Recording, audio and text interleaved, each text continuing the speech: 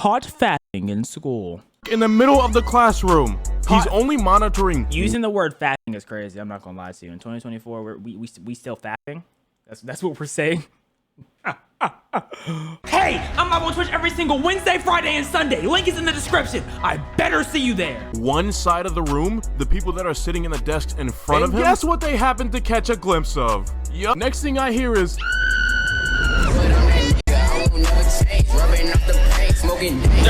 Hold up. Okay, so we have motorboating. We have fapping. Detention That was a lot. is bullshit. You're sitting there in an abandoned classroom with a staff member that doesn't really want to be there, maybe a gym teacher or something like that, or an art teacher, and they're just beyond teaching you anything about how you got there in the first place. No, I hear you. Why are you blushing when you talking about this? Why is your cup a good boy and it's you a dog? What are you?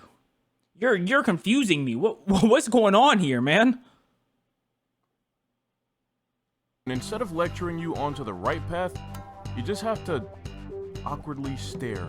You're looking at them, and they're looking at you, and it is just so boring, bro. One day, I was one of those troubled youth, I guess. I was never really a problem, so I never really ended up in detention, but one day I did get it for disrespecting a classmate. You have dreads and they're red dreads. You're a thug, in my book, okay?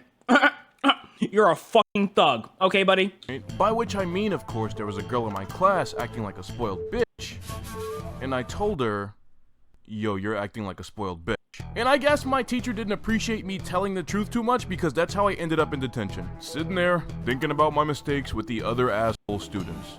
That's interesting. See, in my school, someone was talking to this girl, and she was talking about how she was making fun of someone else in class because they can't drive themselves to work because they don't have a car.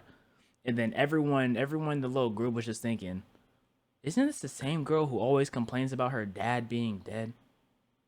And we don't say a thing, even though we don't give a damn that your dad is dead. Not because we're heartless people. It's the fact that you talk about your dad being dead every single day. Then you go on to say you don't like your dad. So why are you complaining? It's like one of those people, like, it's hard to like. It's hard to like a person like that, man. Among the students, there was this kid named Micah. Micah was your average stuck-up, born wealthy kid. I would insert a long-ass list of all the things he usually does, but all you need to know is he was a class clown. Everybody's had that guy in their class that would do anything for the sake of a laugh, even at the inconvenience of other people. Yeah. You guys know that one student that somehow always ends up getting in trouble at school, but you can kind of tell their parents don't do shit about it because they're in the same situation again and again? Yeah. Micah was that kid. So there I was, in detention, staring at the clock, watching hours and hours be shaved off of my life for telling the truth. Hours? I look over to where Okay. Micah was sitting, and to my surprise, he looked really focused on his work. He was sitting diagonal from me at the time, so I couldn't really tell what he was getting up to, but he looked really focused, so good for him. He was getting that work in. That man got in trouble every class just so he can go beat in detention. His motivations for getting in trouble so he can go to another room and beat. He knows what he wants, and he chases after that. You have to respect it. For him, maybe he's trying to change his ways. Turn over a new leaf. I can respect a man willing to change. Change his life. Changes Wait, what is... Long strokes, too. he I'm not going doing? to lie to you. Those strokes are God, ridiculously please. long. Oh Please my tell me he's goodness. not doing that right now. I didn't want to believe my eyes, but he was pulling on his pork in the middle of the classroom. That's what we call a true From the angle gentleman. that I could see, there wasn't a single sheet of paper on his desk that he could have been focusing on writing so hard. But like his arm was moving up and down on the genital vicinity, and I myself have done those motions enough times to notice when somebody else is doing those motions. Oh, so you're the stroke detective. You're the stroke connoisseur.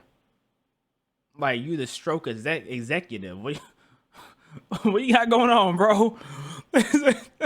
First of all, my good son, it is way too quiet in this classroom for that. When you're riding on the hog, you got about 3 minutes tops before it starts making splashing noises.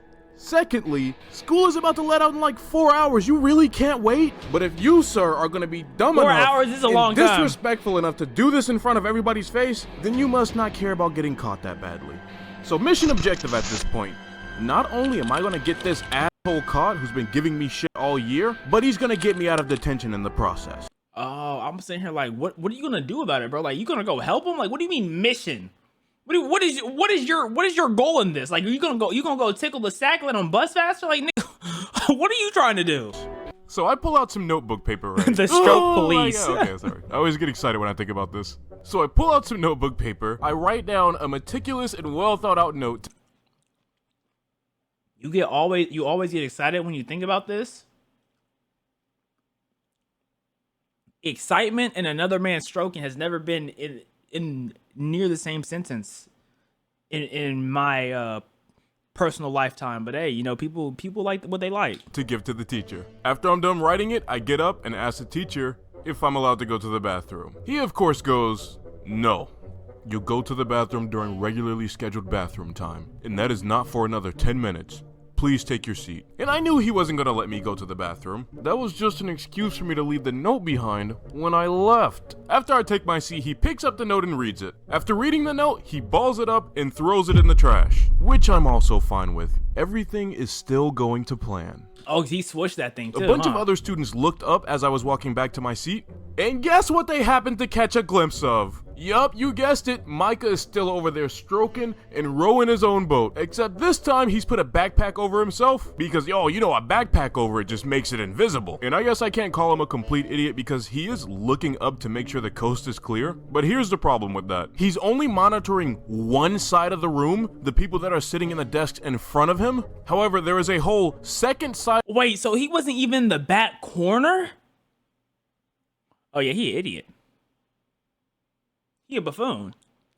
Of the room, the people in the desk behind him. Right, so now we are in the clear because I got half the classroom looking at this dude. I pull out my notebooks and pretend like I'm being a diligent student, and I'm just waiting for the chaos to happen. Because just to back it up for a second, that note that I gave the teacher earlier went like this. Dear Mr. Awesome Handsome Teacher Man, I'm not one to usually get detention in the first place, but the reason I got sent here is because there was a student touching themselves inappropriately in class. No one has given me the time to explain this to them, and when I tried to say something about it, I got sent to detention for disrupting the class instead of being listened to.